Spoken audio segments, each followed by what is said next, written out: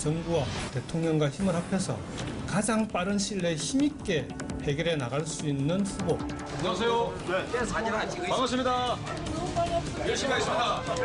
처음이네요. 얼굴도 좋아지시네. 사진도 있는데. 이번에는 4월 24일과 25일 이렇게 이틀간 조사를 했고요. 시기적으로 보면 드루킹 댓글 조작 사건 이후 김경수 후보에 대한 야당의 특검 그리고 국정조사 요구가 이어지던 바로 그때입니다. 자, 이번에는 결과가 좀 어떻게 나왔을까요? 어떻게 나왔을까요? 어떤 제가 변화가 먼저 있을까요? 불러드리겠습니다. 예. 김경수 후보가 49.6% 나왔습니다. 김태호 후보가 36.8%가 나왔고요. 김유건 후보가 3.0%, 업섬 잘모름, 그러니까 부동층이죠. 예. 부동층이 6.8%가 나왔습니다. 거의 변화가 없죠. 별로 없어요. 그러니까 지난주하고 비교를 하면 김경수 후보는 0.3%포인트 상승했고요. 김태호 후보는 조금 더 상승했습니다. 2.5%포인트 상승을 했고. 그래서 여전히 오차범위 바뀝니다. 오차범위가 어떻게 되죠?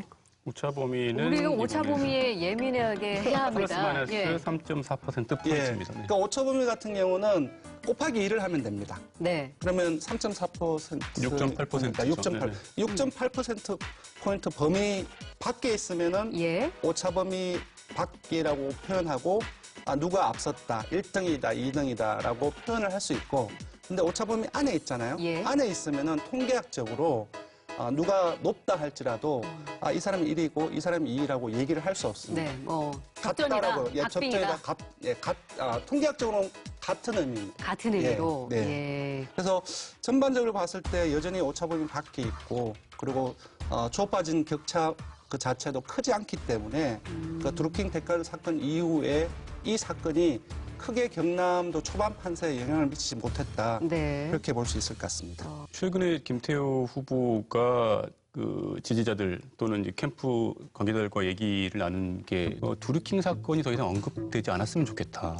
확실하게 김경수 후보가 연루돼 있다 이렇게 되면 타격을 줄 수 있겠지만 그렇지 않은 상황에서 오히려 김경수 후보의 발언이 더 비중 있게 실리고 있기 때문에 네. 자기가 선거운동이나 전략을 짜는 데 있어서 또 불리하게 작용하고 있다. 이렇게 아무래도 2주 전에 출마 선언을 할 때 전국적인 관심을 김경수 그랬죠. 후보가 네. 맺었지 않습니까? 사실 이것이 짧게 이 효과를 따지는 것이 아니라 길게 봤을 때는 제가 봤을 때는 김태호 후보 측에서는 이게 마이너스다 이렇게 판단하지 않았나 싶습니다. 네. 그리고 여기서 하나 더 지난번에 저희가 대화 중에 그러니까 지난 선거 때 유승민 후보는 안철수 후보를 찍은 표가 어디로 갔느냐. 그렇죠. 네, 예. 네. 제가 그 데이터를 좀 유심히 봤는데 네.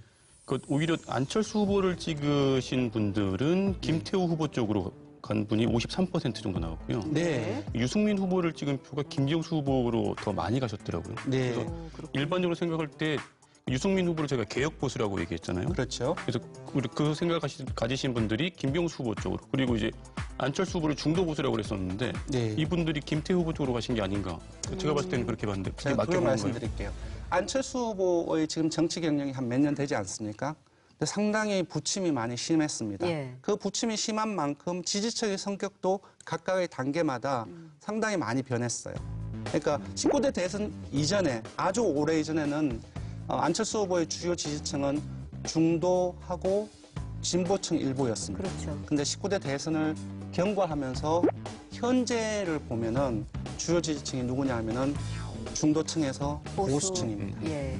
근데 그걸로 이해가 될 것 같습니다. 유승민 후보 같은 경우는 경남 지역에서 좀 봐야 될 것 같습니다. 사실 아까 텃밭이라는 말은 좀 별로 안 좋다고 말씀하셨는데 사실 TK 대구 경북과 함께 PK 부울경은 아무래도 민주당보다는 지금까지 그 자유한국당의 사실 그 주요한 그 표심들, 주요한 어떤 표밭. 지지를 많이 받으셨죠. 예, 표밭이었는데 표밭보다는 지지를 많이 받으셨죠. 지지를 많이 그렇죠. 유승민 그 의원 같은 경우는 탈당을 했잖아요. 예. 네. 탈당하면서 자유한국당하고 좀 괴리를 두고 있고 그리고 자유한국당을 여전히 지지하는 사람들 같은 경우는 유승민 후보에 대한 어떤 반감이 상당히 많습니다. 네. 그래서 여전히 지금 그럼에도 불구하고 유승민 후보를 지지하는 경남 도민들은 자유한국당에 대한 어떤 그 인식을 역으로 안 좋게 보는 사람들이 상당히 많은 거죠. 네. 저는 그런 부분들이 김경수 후보 쪽으로 더 연결됐다고 닮아있다. 생각합니다. 네. 예. 사실 유권자 입장에서는 뭐 드루킹도 좋고 뭐 다 좋은데 도대체 이 후보들이 우리 이 지역을 위해서 얼마나 일을 잘할 것인가 그게 그렇습니다. 가장 관심이 많은 것 같아요. 네. 도지사를 뽑는 선거는 대통령 뽑는 선거가 아니거든요. 그러니까 도민들한테 도움이 돼야 된단 말입니다. 그렇죠. 경제적인 부분이나 아니면 다른 부분에 복지의 부분들이라든지. 그래서 제가 봤을 때 이번 그 경남 도지사는 경제적으로 어떻게 그 정상화시키고 발전시킬 것인가 그런 비전과 정책을 내놓는 사람이 돼야 된다라고 네. 전 비록 다른 지역 출신이지만 예. 그렇게 생각을 하는데 아마 그래서 경남의 도민들도 그래서 그렇게 그 원하실 경제 겁니다. 살리기에 가장 적합한 후보가 누구냐라고 물어봤는데 이것도 전체 지지도가 조금 비슷하게 나왔습니다. 김경수 후보가 48.1%, 김태호 후보는 36.1%, 그리고 김유건 후보가 2.4%. 주지도 겹치는 거네요. 그러네요. 예. 좀 차이가 나면 좀 이상하겠죠, 지지도하고. 예. 근데 제가 봤을 때는 아무래도 집권 여당이 더불어민주당이고, 그리고 문재인 대통령이 이쪽 출신이고, 그렇죠. 그리고 문재인 대통령의 최측근 중 하나로 인식되는 김경수 후보이기 때문에 예. 대부분의 지방선거 할 때마다 네. 이렇게 나오거든요. 자, 누가 여당에 가서 더 많은 예산을 따오겠습니까라고 그렇죠. 후보들이 얘기합니다. 네. 그러면 집권 여당의 후보가 훨씬 더 많은 예산을 가져올 것이다라고 유권자들이 기대하는 인식하거든요. 거죠. 예. 네. 이제 김경수 후보가 갖고 있는 현 정부의 후광들을 그대로 지금 안고 가지 않았나 이렇게 네. 볼 수가 근데 생각합니다. 좀 우리가 좀 디테일하게 좀 들어가 보려면 두 후보가 이 경제 관련된 공약을 내놓은 게 있나요, 지금?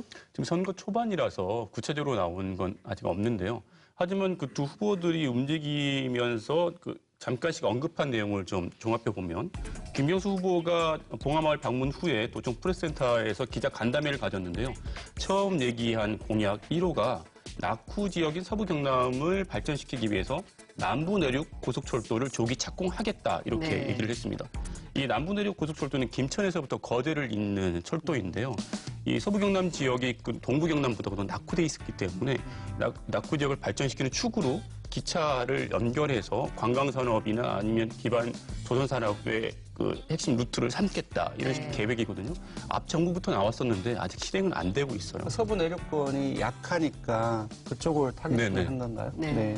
그리고 여기서 하나 더 덧붙인 게 그동안 이게 안 된 이유가 BC 경제성 지수가 떨어져서 정부에서 국책 사업으로 안 되겠다고 한 거거든요. 예. 여기 김경수 후보가 여기 세기를 박죠. 낙후된 서부 경남의 균형 발전을 위해서는 남부 내륙 고속철도가 경제성만을 기준으로 하는 것이 아니라 국가 균형 발전 차원에서 꼭 필요한 사업이다. 경제성 말고 국가 균형 발전의 원리를 대서 내가 정부 예산을 반드시 따오고 자기 임기 내에 성공시키겠다라고 예. 추가로 약속을 합니다. 반대로 이제 김태우 후보가 최근에 지역을 돌면서 한 얘기는 진주중앙시장을 첫 홍보하셨거든요. 그때 이제 시장 상인들이나 아니면 뭐 시민들 만나서 하신 얘기가 조선이나 자동차 지금 어렵다. 경남 경제가 어려운데 미래의 먹을거리를 만드는데 자기가 그동안 해왔으니까 그 경험을 통해서 경남을 살리는데 노력하겠다. 네. 자기를 믿어달라, 지지해달라 이렇게 호소하고 있습니다. 구체적인 거는 두 분 다 사실상 많이 아직은 그렇죠. 예, 나오지 예. 않은 것 같네요. 네. 지난 26일 날 예. 김해시 아파트 관리 직원 체육대회가 있었습니다. 그래서 이제 두 후보가 한날 1시에 같은 장소에 처음으로 모이신 거예요. 네.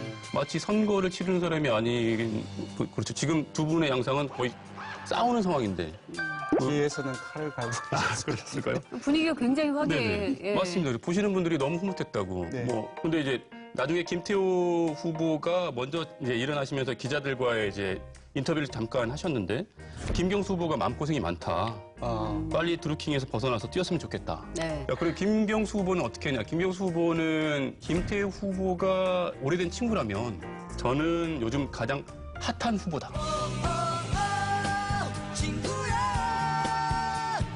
눈에 띄는 장면이 김태우 후보가 빨간색 점퍼를 뭐 예상대로 입고 왔는데 거기에 자유한국당의 로고나 당명이 없었다면서요? 그랬나요? 네네. 첫 번째는 지금 다들 뭐 인식하고 계시면 중앙당과의 좀 거리를 띄우겠다. 네. 라는 의도가 있어 보여요. 근데 김태우 후보가 과거에도 선거운동하실 때 그렇게 당명이 적힌 옷보다는 그냥 당을 나타내는 색깔이 있는 옷만 입고 다니셨다고 해요. 5월 9일 경남의 힘으로 내 대선에 한번 나가자. 우리 아버지가 그렇습니다. 무조건 2번 홍준표입니다. 당당한 서민 대통령. 두 번째 제가 바라보는 관점은 그 김태우 후보인 줄 아는데 내가 김태우인 줄 알고 내 당이 어디인 줄 아는데 굳이 거기다가 써가지고 나 김태우 이렇게 할 필요가 없다. 최근에 나왔던 이번 자유한국당의 지선에 임하는 슬로건이 뭐냐면은 상당히 자극적이고, 그러니까 그런 부분들이 경남 도지사 선거에 직접적으로 바로 주요하게 노출이 되었을 경우에 과연 표가 김태우 후보 본인에게 갈까라는 생각을 하지 않았을까라는 생각이 듭니다. 실제로 뭐 최근에 인터뷰에서는 김태우 후보가 이제 지역 많이 돌아다녀 보면 한국당에 대한 불만이 많다. 결과적으로 이렇게 보수가 위기로 가는 데는 자업자득이다. 우리가 결과적으로 그렇게 가도록 한 것이고 그래서 기댈 흔적이 지금 없다. 그걸 실제로 체감을 했기 때문에 네. 예, 우리가 잘해야겠다라면서 약간의 이 유체이탈 화법도 아니고 당이탈 화법을 쓰면서 나 김태우가 예, 이제 인물로서 지역 현안으로 나는 평가를 받겠다 이런 전략이 아닌가. 충분히 그럴만한 것 같아요. 6번 싸워가지고 6번 다 이겼다면서요. 그렇죠. 네, 그 정도의 개인적인 장점에 대한 자신감을 가질 수 있는 후보인 것 같습니다. 네.